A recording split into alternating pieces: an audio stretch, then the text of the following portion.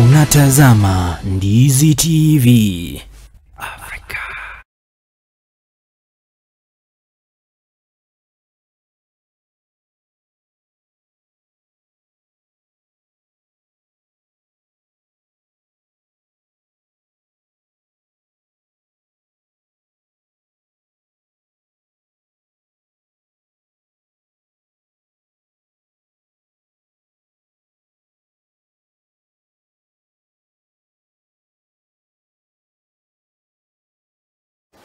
Na mpenzi mtazamaji wa runinga ya Ndizi TV, karibu kwenye awamu ya tatu ambayo ni awamu ambayo tunazungumzia ama tunakuwa na mjadala kuhusu masuala tofauti ikiwa siku ya leo ni siku ya Jumanne, na siku ya Jumanne tunazungumzia masuala ya afya nchini Kenya, ambapo siku ya leo nitakuwa nazungumzia masuala ya afya katika hospitali za kibinafsi haswa huko Kisii na pia nchini Kenya, ili tuweze kuelewa kwamba kazi inafanywaje katika hospitali hizi za kibinafsi, na pia wewe uweze kutujuza ama kuuliza swali lolote ambalo utakuwa unataka kujua kuhusu hospitali hizi za kibinafsi. Ikiwa siku ya leo nina mwanadada ambaye ni coordinator wa Kasim Hospital, ambayo atakuwa anatuelezea kidogo yeye ni nani, anatoka wapi, na kidogo kuhusu kazi anayofanya. Karibu sana. Asante sana dadangu. Tueleze jina lako na pia utueleze wewe ni nani, unafanya nini katika Kasim Hospital ili tuweze kuanza. Asante sana. Naam. Yes, mpenzi mtazamaji, kwa majina naitwa Ruth Kemunto. Mimi ni mmoja wa wafanyakazi katika hospitali ya Kasim Hospital ya kibinafsi. Mimi katika hospitali hile ni kama coordinator. Yani I work hand in hand with all the departments within the hospital. Yes. So coordinator inamaanisha nini? Inamaanisha ni kama we ni manager ama you oversee kila kitu kwa hospitali? I can say na oversee all the departments. Naunganisha department moja kwa nyingine. Tunaweza sema kwa ajili ya communication. In case there is a communication from this department to another, I do that work. Yes. So actually I oversee it, not really a manager. Okay. Yeah. Karibu sana. Na mpenzi mtazamaji, kukuelezea tu kwamba siku ya leo nakuuliza swali moja kabla tuanze, kwa sababu nimekuambia kwamba tutakuwa tunaangazia hospitali za kibinafsi, ambapo nakuuliza swali moja: mchango wa hospitali za kibinafsi katika miundo msingi ya afya nchini ni upi? Nikiuliza swali hilo tena, mchango wa hospitali za kibinafsi katika miundo msingi ya afya nchini ni upi? Lakini kabla tuingie hadi tufike kwa hiyo swali, kwanza hospitali za kibinafsi tunajua kwamba kwa kizungu tunaziita private hospitals. Ni kipi kinacho the difference between private hospital na public hospital ni gani? Naam. Kwa kusema kweli hakuna ile tofauti kubwa sana. Ila tu hospitali ya kibinafsi ni vile imejisimamia yenyewe. Naam. Yani iko na yule mwenye director ambaye yeye sasa ndiye anasimamia ile hospitali. Na wafanyakazi yeye ndiye amewaajiri. Sasa kumaanisha kazi inapofanywa haifanywi jinsi ya tunaweza sema government hospital inafanya. Hapa kuna vile kazi inakuwa streamlined kidogo. Kila mtu hakika anasimamia department yake na lazima ifanye kwa bidii. I think that is the only difference. Japo bado wale wengine pia wanafanya kwa bidii, lakini hapa sasa uko unyo kwa unyo na mwenyewe. Kwa hivyo lazima ufanye kazi ukiwa na umaarufu. Hivyo inamaanisha kwamba kwa sababu mwenyewe yuko karibu na wafanyakazi wake, na tuseme yuko in contact kwa sababu ako hapo karibu na wafanyakazi wake, ni rahisi yeye kupeana maelezo tofauti jinsi ambavyo hospitali hiyo inafaa kufanya kazi. Naweza sema mwenyewe si mara yote atakaa hapo akioversee programs za hospitali, lakini kuna zile niseme incentive zenye yuko karibu atazifanya, na hilo litafanya wafanyakazi wajikakamue katika kufanya kazi nzuri. Aha. Yeah. Na pia sasa tukiingia kidogo katika huduma za hospitali za kibinafsi. Yeah. Tofauti ni gani kati ya huduma katika hospitali ya kibinafsi na hospitali za umma? Yes. Jinsi mnapatiana huduma zenu. Vile tunavyopatiana huduma katika hospitali za kibinafsi, naweza sema tunakuanga na prompt services. Aha. There is no time utakuja hospitalini pale upate daktari fulani hayuko. Usually madaktari wetu wanakuanga on call. Kama hayuko basi ako on call. Naam. Yeah. That is the difference. And na wako na umaarufu mwingi zaidi. Manake lazima services zikuwe improved ndio uone wagonjwa wakiingia hospitalini mule wengi. Naam. Yeah. Na kwa sasa tumeona kwamba tulisikia taarifa yake PS wa afya akizungumza akisema kwamba hospitali za kibinafsi zinafaa kuanza kupeana matibabu kwa wagonjwa wote. Ni kumaanisha kwamba labda kidogo tukizungumzia kwanza mfumo wa SHA. Yeah. Kwa sababu tumeona kwamba hospitali za kibinafsi kidogo mlijitenga mkisema kwamba SHA haifanyi kazi vema. Yeah. So tukizungumzia kwanza SHA alafu tutaingia katika utumizi wake. SHA inawapelekaje katika hospitali za kibinafsi? Naam. Nafikiri kwa saa hii naweza sema SHA inafanya kazi nzuri. Aha. Kama mmoja wa wale ambao wanafanya kazi katika hospitali ya kibinafsi kwa sasa hivi, SHA imetufanyia kazi mzuri sana. Naam. Hatulalamiki vile, hata kama kulikuwa na lalama mingi hapo awali. Hospitali zingine ziliweza kufanya mgomo, wakafanya mambo mingi. But kama Kasims tumesimama imara na SHA, na hakika tumeona services zao kuja kwetu kwa patients zikiwa murwa zaidi. Naam, sasa hizo services kwa sababu kuna mtu pale nyumbani hajaelewa na anajua kwamba SHA labda inatumika tu pale kwenye hospitali za umma. Labda umueleze kwanza SHA inamsaidiaje yeye mgonjwa akikuja katika hospitali yenu ya kibinafsi. Okay. Sasa mgonjwa akikuja pale na ako na SHA. Saa zingine hajakata ile SHA. Naam. We usually advise the patient amekuja ameingia hospitalini. Mradi ako na kitambulisho, ako na simu. Pale tunaregister yule mgonjwa, tunamweka kwa system. Ama tayari anakimbizwa anashughulikiwa kimatibabu, ndio baadaye tunafanya hiyo registration kwa sababu uzuri wa SHA si kama NHIF. NHIF tungengoja muda mrefu ndio iweze kuwa active. SHA works instantly. So mgonjwa anapoingia SHA inamsaidia wakati huo. Na la kufurahisha mno na SHA inashughulikia magonjwa yote. Haibagui. Kitambo ungesikia SHA haiwezi shughulikia operation fulani, SHA haiwezi tibu all the diagnoses zote. SHA inashughulikia vizuri tena sana.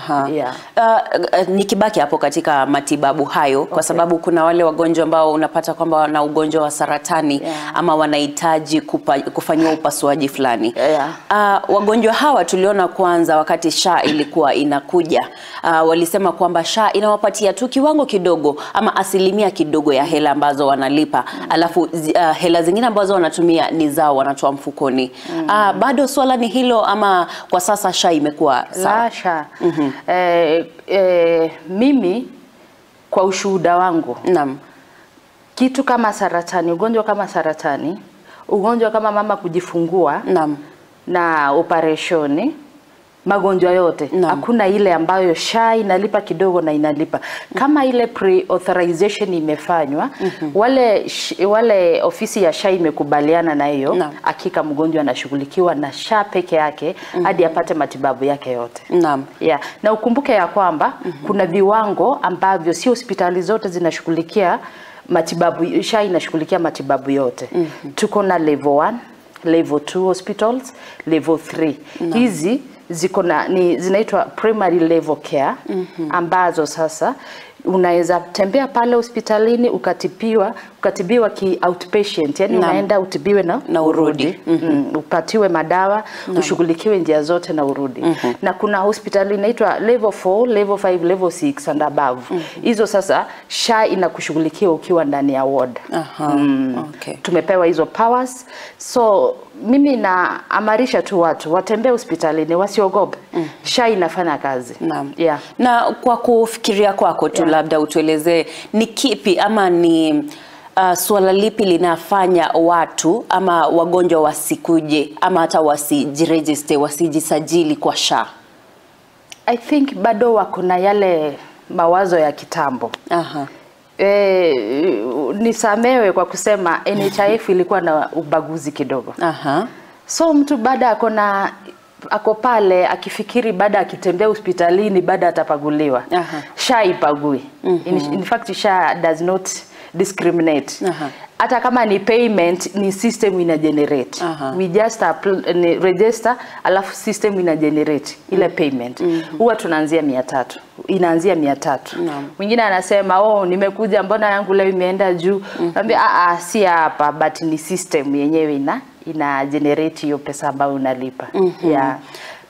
Kwa hivyo inamaanisha kwamba kwa sababu pia watu walikuwa wanasema kwamba viongozi ama watu ambao wanafanya kazi wanaofanyia serikali kazi wao wana SHA yao inafanya vema kuliko yule mkulima ambaye yuko nyumbani ambaye analipa tuseme, kwa sababu kila mtu anakatwa hela kulingana na jinsi ambavyo anapata mshahara wake.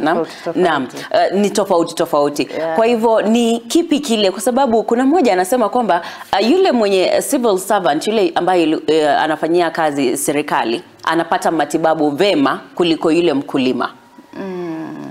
Niseme matibabu haiwezi kuwa vema. Bado nasisitiza haibagui. Niseme hivi, wakati SHA tulianza kuregister mwanzo, huwa pesa malipo ilikuwa chini kidogo, chini zaidi.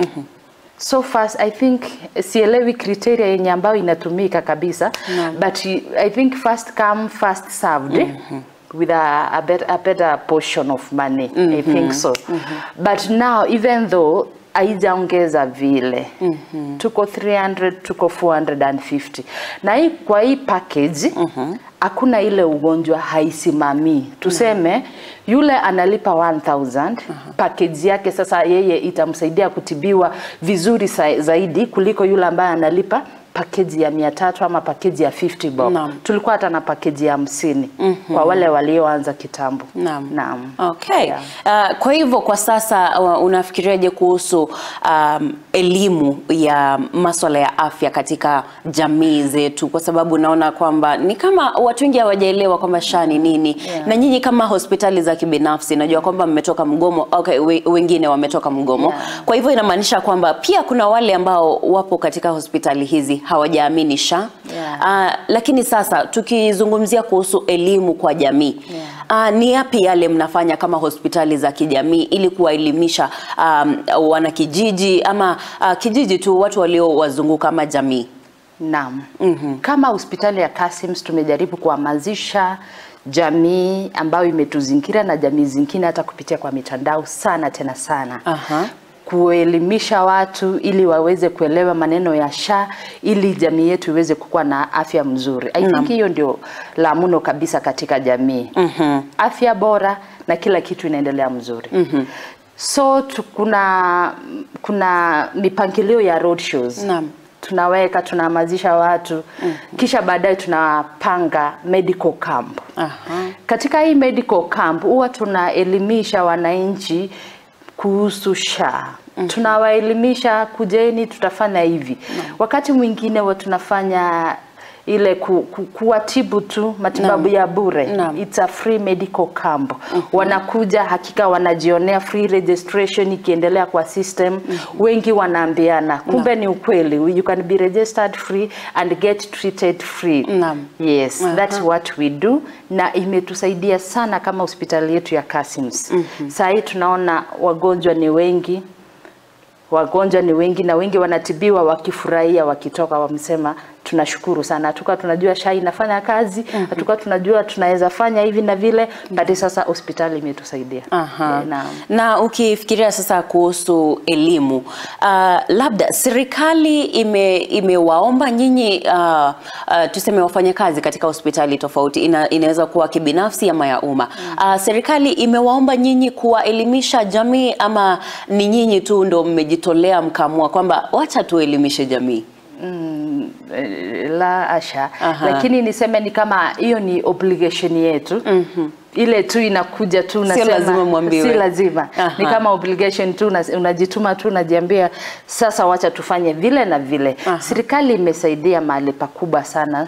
Nakubaliana na serikali tena sana, sababu tunasaidiana nayo katika kila jambo. Hakuna kitu tutafanya kama hospitali ya kibinafsi bila kuuzisha hospitali ya serikali. Maana mara mingi huwa pale ndio tunakimbililia tusaidie tools fulani, pale ndio tunakimbililia tusaidie dawa fulani. Sasa kuna huu uhusiano mwema. Na sisi kama hospitali za kibinafsi lazima tuwajibike ya kuelimisha watu wetu. Kwa hivyo bado hospitali za kibinafsi bado mnategemea serikali? Naam. Na niseme tu tunazitegemea. Lazima kuna yale machache wanatutegemea, tunawategemea. Naam. Maana kuna occasions unapata kuna condition imekuja katika ile hospitali yetu ya kibinafsi. Wakati mwingine hatuna ule daktari ambaye atashughulikia ile condition. Tunafanya referral kwenda ile hospitali ya serikali. Na wao pia kuna wakati mwingine watapata kuna condition pia imekuja na ni changamoto. Saa zingine hakuna yule daktari pale standby. Wanaleta referral. So hizo ambulatory services huwa ziko hand in hand. Kwa hivyo ni kusaidiana. Ni kusaidiana kabisa. Naam, na pia kuna wale ambao ama watu wengi wao husema kwamba mimi siwezi enda kwa hospitali ya kibinafsi kwa sababu hospitali hizo huwa ni za bei ghali. Sijui mbona huwa bei yenu ni tofauti na bei ya hospitali za umma. Labda umuelezee aweze kuelewa mtazamaji. Niseme tu hospitali ya kibinafsi bei yao si ghali tena sana. Kwa sababu tena hii SHA imekuja na kuna other insurances. But sasa SHA ndio tunaipea kipaumbele sana, manake ndio iko na ni ya serikali. Ikikuja ni kama mtu hajakata ile kadi na ni cash, sasa atalipa pesa. Itabidi ameenda kwa mfuko zaidi kidogo kuliko ile ya serikali. Pati kidogo maana gani? Kuna kitanda atalalia hizo services. So huwezi fanya tu ati ni free kabisa, na serikali kuna ile percentage huwa inalipia watu wao hospitali. Sasa huwezi linganisha. So ni ka percentage kadogo tu, lakini nao ukikuja katika hospitali ya kibinafsi una uhakika ya kwamba ile shughuli utashughulikiwa kimatibabu ni hakika.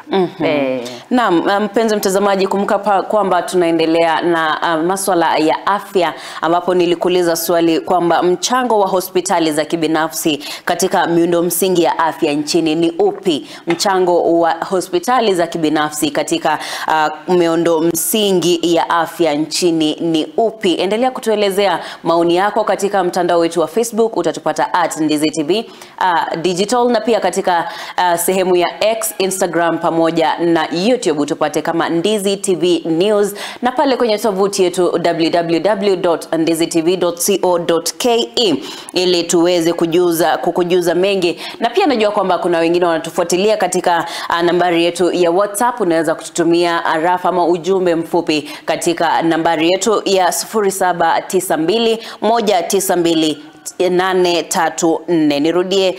0792192834 ili tuweze kukujuza, na pia uweze kutuuliza kama kuna swali lolote ambalo utamuuliza mgeni wangu hapa studioni. Bado unaweza kulituma katika nambari hiyo ya WhatsApp ili tuweze kujua kwamba ni yapi yale wewe unataka kujua.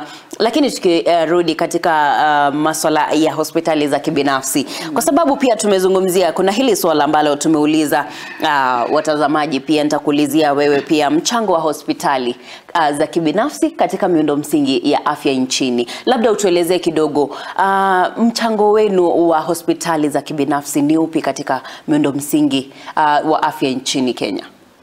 Naam, labda infrastructure, kwa sababu pia nitumie tu English kidogo kwa sababu katika miundo msingi kidogo, naam, mtueleze kiasi. Hospitali za kibinafsi unapata ziko nyingi.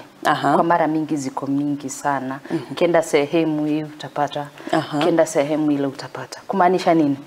Watu katika jamii wana shida na wana haja kubwa ya kupata matibabu ya karibu.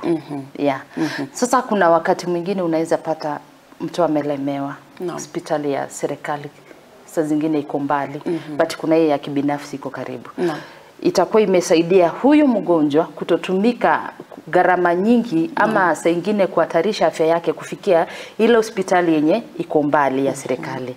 Kwa hivyo hizi hospitali ziko kila pahali. Jamii zetu zimehitaji matibabu.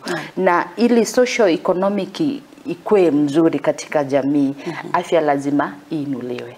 So mchango mkubwa wa hospitali za kibinafsi ni mwingi. Tutazungumza na tuzungumuze, ni mwingi. Hakika ni mwingi. Manake ziko karibu na watu. Naam, na natumai kwamba pia kuwa karibu na watu inawasaidia kwamba wanapata zile huduma ambazo wanahitaji kufanya ama ambazo wanahitaji. Inaweza kuwa ni mgonjwa, inaweza kuwa ni mtu anataka kujua mengi kuhusu masuala tofauti ya kiafya. Na pia naona kwamba muda unazidi kusonga. Najua kwamba tunafaa tuchukue mapumziko mafupi, lakini kwanza kabla tuchukue mapumziko hayo, nimeona kwamba huko nchini Kenya katika taarifa tumekuwa tukiona USAID ilisimamishwa. Sijui kama hospitali za kibinafsi mlikuwa mnapokea msaada huu wa USAID ama msaada huu ulikuwa unaenda tu kwa hospitali za umma? Ni jibu ya kwamba USAID wakati ilisimamisha hili lilikuza kila mmoja. Hospitali za kibinafsi pia ziliguzika tena zaidi. Manake pale ndio tunapata hospitali. Hatuwezi jitegemea. Hospitali ya kibinafsi haitengenezi dawa yake mfano ya ARV. Tuseme ati sasa tuko na zetu. Lazima tunaenda kwa pharmacy ya government, pale ndio tunazipata. Hospitali za serikali ndio venye nilikwambia mwanzo tunasaidiana hand in hand. Nipe nikupe. Ndio tunaendelea. Kwa hivyo tulipata pigo kubwa, lakini tunaendelea kushukuru kwa maana hizo dawa ziko. Dawa kama za kifua kikuu muhimu sana. USAID imekuwa ikisaidia sana. Dawa kama hizo za ARV ni mzuri sana. Maanake kama tuseme katika hali ya mama na ujauzito wake amekuja pale na anataka kujifungua. Hebu fikiri dadangu, ni watu wawili sasa tayari wako katika hali mbaya. Tusema ako katika hiyo hali ya positive. Hii dawa imekosa. Ni pigo. But tunaendelea kushukuru serikali yetu inashughulikia hilo na hakika tutaweza kupata hizo madawa kwa urahisi. Na mpenzi mtazamaji, kwa sasa tutakuwa tunaelekea kwenye mapumziko mafupi, lakini tukirejea tutakuwa tunazungumzia kuhusu masuala haya kati yao ARVs pia katika hospitali za kibinafsi, tuweze kuelewa kwamba USAID iliwaathiri kivipi na pia mmeendelea kusonga mbele kivipi bila ama hata kwa sasa tuseme USAID ikate kila kitu, tutaweza kujitegemea ama mtaweza kujitegemea nyinyi wenyewe? Hilo ni swali tutakalokuwa tukilijibu baada ya pumziko ama baada ya mapumziko mafupi hapa kwenye kipindi chetu cha Pambazuko. Kumbuka kwamba siku ya leo ikiwa ni siku ya Jumanne, tunaendelea kuzungumzia masuala ya afya nchini Kenya, ambapo tunazungumzia kuhusu changamoto tofauti na pia uzuri wa hospitali za kibinafsi hapa nchini Kenya. Nitakuwa narejea, nina mgeni wangu studioni anayeitwa nani? Naitwa Ruth Kemunto ambaye nafanya katika hospitali ile ya Kasims Magena. Naam, Ruth Kemunto ni coordinator katika hospitali ya Kasims pale Magena. Tutakuwa tunarejea. Naitwa Jacinta Nyabeta kwa muda usio kwa mrefu.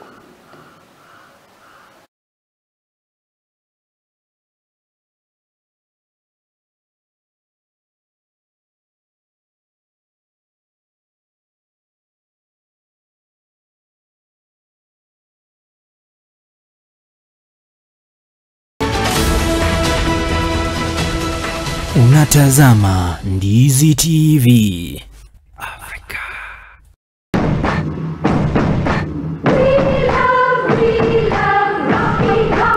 Shule ya kutoa mafunzo ya uendeshaji wa magari ya Rocky Driving School wana huduma mbalimbali za mafunzo ya uendeshaji wa magari. Unaweza jifunza class A2, B1, B automatic, B professional, C light truck, D1 ambayo ni PSV, uendeshaji wa matatu 14 sita, D2 PSV, uendeshaji wa magari ya aina ya bus, CE heavy truck, F PWD kwa watu walio na ulemavu. Pia wana short courses za PCD na B executive. Uzuri wa kujifunza kuendesha gari na Rocky Driving School ni kwamba classes zao ziko flexible kabisa na ni wakati wowote kwa siku. Wako approved na shirika la NTSA. Kuna mafunzo ya kuendesha mezani, wana basic mechanics, basic first aid na mengine mengi. Mjini Kisii wapo jumba la Market Plaza next to Uhuru Plaza. Nyakohe wako Kiuge Junction. Nyamira Rocky Driving School wako at Manga Building Sama Petrol Station, na Ugembo wako mita 100 kutoka barabara kuu ya Mosora, na pia wako Kilgoris Town. Wana special offers kwa 4-4 school leavers. Kwa mengi zaidi mpigie simu manager wa Rocky Driving School.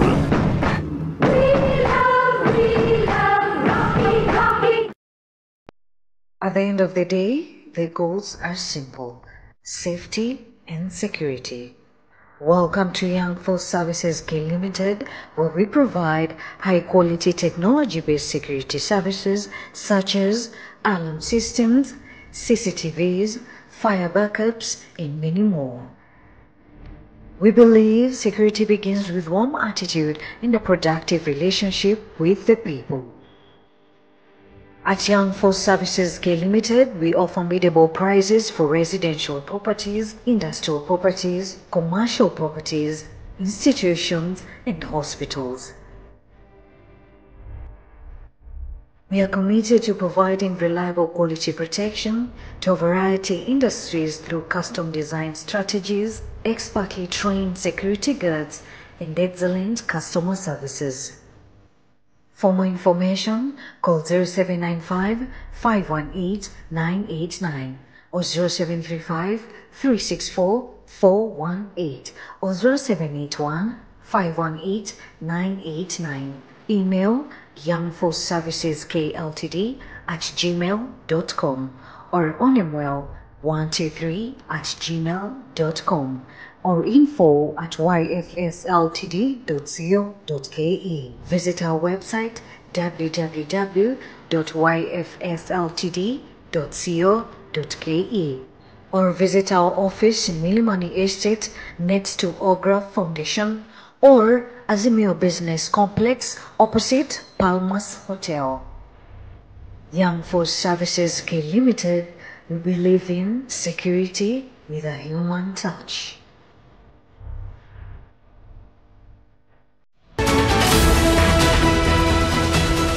Unatazama Ndizi TV. Afrika.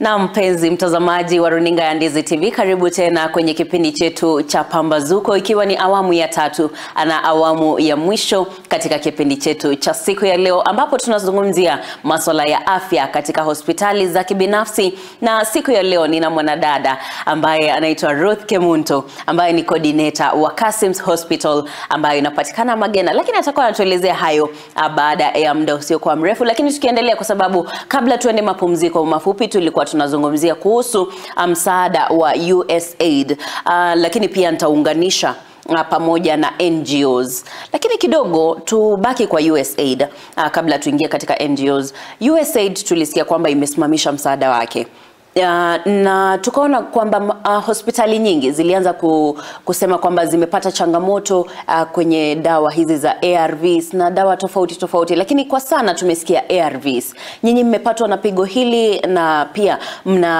mmeshughulikiaje swala hilo? Asante sana. Naam. Pigo lilitupata lakini tunashukuru serikali yetu ya Kenya. Katika zile store za kuweka madawa bado tulikuwa na hifadhi ya kutosha. Kwa hivyo ilikuwa tu ni tension ambayo ilikuja, but wagonjwa wetu hakika hakuna yule mwenye alimisi hizo dawa.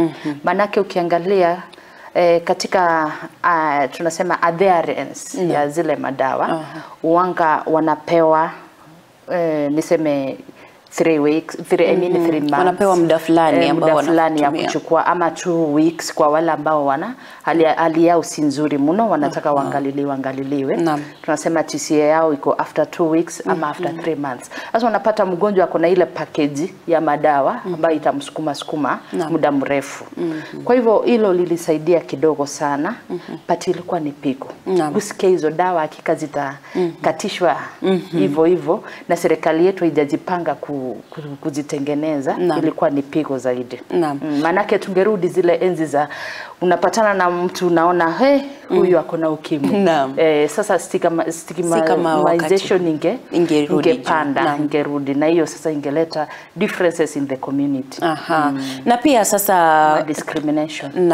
Na tukisema sasa kwa mfano sasa kwa sababu tuliona kwamba bado US wanaendelea ama Marekani wanaendelea kuangalia swala hili kama watarudi. Na sasa iwapo na wasiporudi, je, Wakenya wataishi aje bila msaada huo? Ni ngumu, but tunaamini Mungu yupo. There's so much big brains behind this. I know our government sai bado inaendelea kungangana. It's a wake up call to our government. Na sometimes back walitangaza ya kuwa wanajaribu pia kutengeneza hizo dawa. Na tunaamini katika hiyo serikali yetu ya kwamba dawa hakika zitatengenezwa na tutazipata. You said bado kuna vile ilitoa ile percentage kidogo ya funding. Hiyo kidogo bado inaendelea kushikilia serikali yetu. Na sisi kama hospitali za kibinafsi tunafaidika bado kutoka pale. Manake hii dawa haijaanza kuuzwa. The moment unajipresent kwa ile hospitali useme ya kwamba mimi sometimes nimerepiwa, ningeomba dawa fulani, PEP, what, unazipewa bure. Kuna vile unaenda unaregister, hata usiporegister unapewa. Kwa hivyo hazijafika pale ambapo zinauzwa. Pati hiyo waba bado inapewa Wakenya wasiwasi. Na pia nimesikia kwamba umezungumzia swala mzuri sana ambalo watu wengi hawajui. Nafikiri ni kwa sababu jamii yetu haijaelimishwa vyema. Lakini umezungumzia kuhusu swala hili la PEP. Watu wengi hawajajua kuhusu PEP. Na sijui ni kwa sababu hawajaelimishwa, na pia kuna vile labda unapata mwanadada amenajisiwa. Anaogopa kuja pale hospitalini, labda anaenda kwenye chemist kununua dawa hizo kwa sababu huko chemist wanauza dawa hizi. Unapata kwamba huko anauziwa. Hivyo watu wanajua kwamba PEP labda kuna mtu labda leo pia ndiye amesikia kwamba nikiweza enda hospitali nitapatiwa PEP bure bila kulipia. Lakini yeye anajua kwamba mimi nikitaka PEP nitaenda ninunue. Labda pia kwa kuelimisha jamii, najua kwamba ulizungumzia kuhusu hilo swala. Pia natumai kwamba linafaa kuangaliwa kwa undani sana ili wananchi waelimishwe. Na pia tulikuwa tuzungumzie masuala ya NGOs. Mnafanya kazi aje na NGOs za kimataifa ama za nchi zingine nyinyi kama hospitali za kibinafsi? Na pia NGOs hizi zinawasaidia aje yenye serikali pia tuseme pia serikali iko ndani, lakini NGOs zinawasaidia aje nyinyi? NGOs zimekuwa zikiplay role kubwa sana. Zimelink hospitali za serikali, hospitali za kibinafsi sana tena sana. Kwa namna gani? Funding ya madawa mingi imekuwa ikitoka kwa NGOs. Sasa hii scrapping ya NGOs nayo imeleta blow kubwa sana katika hospitali zetu. Manake tulikuwa na funding ya ARVs, madawa za kifua kikuu, hizi mpira za kutumika, creams za kutumika. So zilikuwa zinajali sana maslahi ya kila mmoja. Key population ilikuwa inasaidika sana. So kuna mwenye anakuambia yeye kazi yake ni hiyo. Lazima afanye hiyo kazi ya sexual work ndiye apate ile chakula inamlisha. Kwa hivyo NGOs zilikuwa zimesimama na kila mmoja. Inajali uko na mpira ya kutosha, uko na ile mafuta ya kutosha, manake hiyo ndio kazi. Lazima ishughulikie ile swala, ikupatie kazi rahisi katika hiyo kazi yako, maana umejiregister, utakula kutoka hapo. So kando na ARVs kuna hizo zingine bado mahitaji mingi NGOs ilikuwa inacheza ina play ili kupatanisha hospitali ya kibinafsi na hospitali ya serikali. Na kwa sasa mbona NGOs walitolewa katika kuwasaidia, ama ni kutolewa, walitolewa kwa sababu kuna swala ambalo hatujalielewa hapo la NGOs, ni kama wametoka, ni kama hawako? Niweze kusema kwa kifupi ya kwamba ni kama kuna hiyo scrapping kidogo imefanywa kwa NGOs. Nafikiri kutokana na hiyo USAID ku withdraw funding. USAID ndio imekuwa ikishikilia the NGOs pia. Inawapatia zile madawa ama funding, pia nao wana supply to us. So wakati ilisimama NGOs pia ikakosa msingi, haingejisimamia. Sasa ndio maana pia nao wakatoka. Na pia labda utuelezee sasa, tukisonga kutoka swala la NGOs, tusonge mbele katika masuala ya elimu. Tunajua kwamba tuna wauguzi, kuna maafisa tofauti ambao wanafanya kazi, wauguzi, madaktari, surgeons, hao wote. Labda utuelezee kidogo, hospitali za kibinafsi zinachangiaje katika elimu elimu ya hawa maafisa wote ambao wanafanya kazi hospitalini? Inaweza kuwa wauguzi, inaweza kuwa madaktari, watu tofauti ambao wanafanya kazi hospitalini. Hospitali ya kibinafsi pia inachangia sana katika kuinua elimu ya wauguzi ama madaktari niseme katika hospitalini. Number one, kuna seminars, educational seminars huwa zinawekwa. Through that private hospitals zina finance. Through financing they go for seminars na unapata elimu yao makinika pale juu. Jambo lingine, kuna kitu inaitwa benchmarking. Unapata pia private hospital inashughulikia hilo jambo. Wana finance and then meetings zinafanywa, you understand your roles well. Kama we ni muuguzi, medical officer, you meet with another one, you learn through that. I think hizo platforms zimeweza kuimarisha sana hiyo sekta ya afya. Na kila mmoja amewezeshwa kupata umaarufu kando na ile masomo ya qualification ya shule. Kuna umaarufu mzuri. Alafu pia ku create CMEs. Pia hiyo mafunzo inasaidia. Labda mtu ajui CMEs ni nini? Kuna zile meeting huwa zinafanywa hospitalini. Mafunzo like kabla ya muanze na siku hiyo mafundisho hii inafanywa. Mmoja kutoka every department anajitokeza na kuchukua topic fulani katika hospitali mzima. Hii inaweza tu kufungua kila mmoja.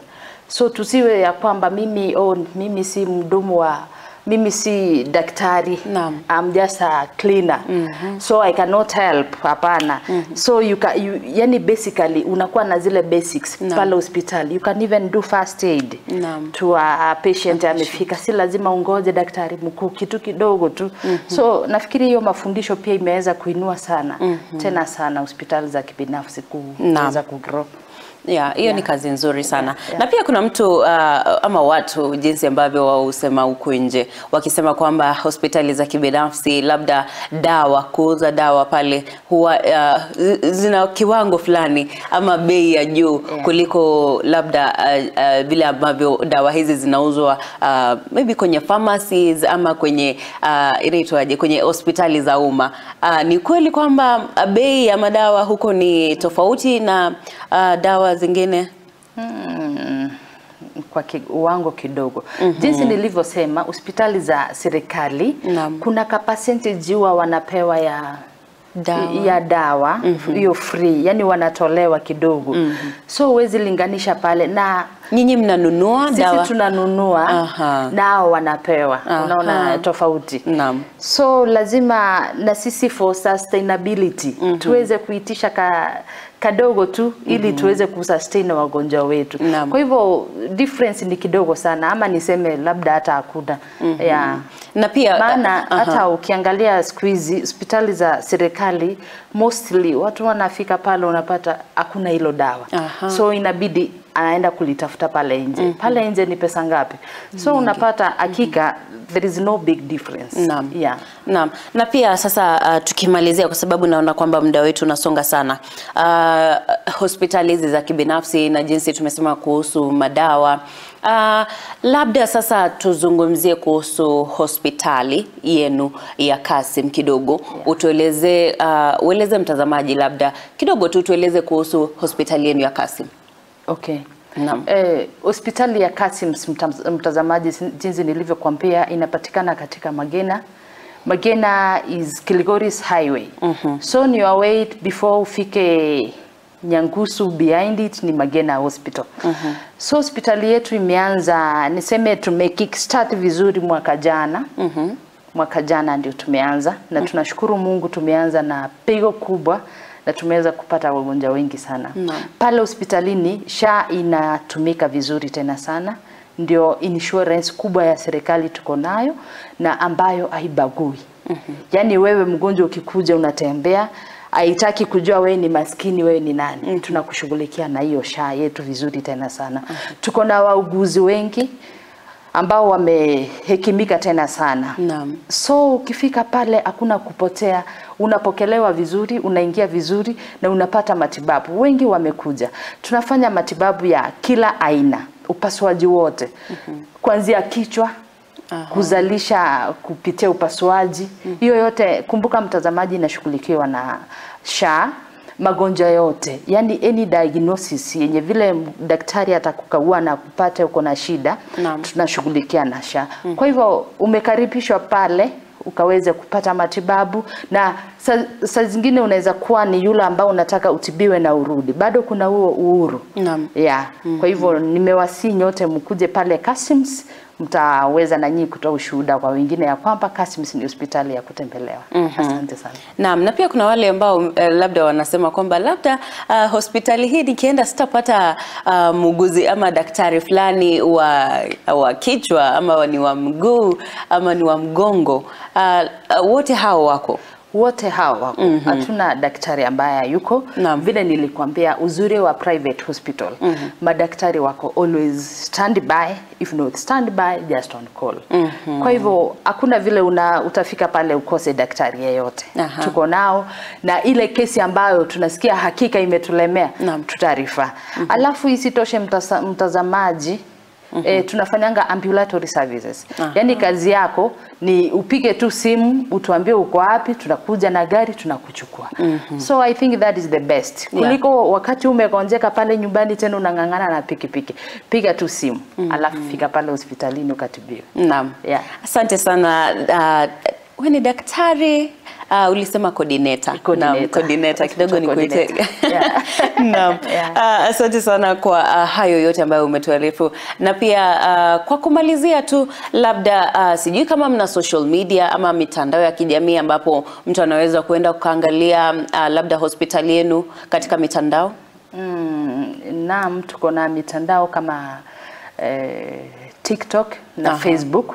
Lakini baadaye nitarudi niwapatie hizo pages zetu ili muweze kuangalia pale. Naam. Labda mtakuwa mtazipata hapo kwenye mitandao tofauti, lakini kwa sasa natumai kwamba umeweza kujua ama kujijuza mengi kutokana na mahojiano ama na mjadala ambao tumekuwa nao hapa na mwenzangu Ruth Kemunto, ambaye tumezungumza kuhusu hospitali za kibinafsi na jinsi ambavyo amesema kwamba SHA inafanya kazi. Najua kwamba wengi wetu bado hatujaamini SHA, lakini naona kwamba jinsi ambavyo amesema kwamba SHA inafanya kazi kwa kila mtu, kwa kila mmoja, na inafanya kazi vizuri. Na labda pia wewe unafaa kuijaribu, naenda ukajisajili ili uweze kujielezea ama kujua ni yapi yale yanaendelea katika hospitali hizi za kibinafsi, na pia katika bima hii mpya ya afya ya SHA, ili nawe uweze kuendelea kujijuza. Ni vema, unajua ni vema kujua ama kuenda kujaribu kitu, ujijulie we mwenyewe kwamba inafanya kazi ama haifanyi kazi. Kwa sababu unajua watu wengi sana unapata kwamba wanazungumza pale nje, ama unasikia mtu alienda mahali haikufanya kazi, anafikiria labda pia mimi nikienda haitafanya kazi. Assumptions. Naam, assumptions. Naam, tembea katika hospitali tofauti, nenda ukajisajili ili uweze kupata matibabu kwa njia iliyo mwafaka. Kwa sasa nitakuwa nafungia hapo kipindi hiki cha Pambazuko, ikiwa sasa hivi ni dakika 6 zimebaki ifike saa 3 asubuhi masaa ya Afrika Mashariki, na natumai kwamba umeweza kujifunza mengi kutoka kwa kipindi chetu ama awamu yetu ya 3 ya mjadala huu wa Pambazuko, ambapo tulikuwa tunazungumzia kuhusu bima ya SHA na pia afya humu nchini Kenya katika hospitali zetu za kibinafsi. Nashukuru sana kwa wale wote ambao wamejiunga nasi kutoka asubuhi kufikia sasa hivi, na pia namshukuru mwenzangu Jeff ambaye tuliamka naye asubuhi, na kwa sasa najua kwamba anaendelea kupumzika. Mimi naitwa Jacinta Nyabeta, mwelekezi wangu amekuwa James the top scorer ambaye amekuwa akinielezea kutoka studio ya pili. Nashukuru sana, kwa heri ya kuonana, tuonane kesho majaliwa. Bye bye.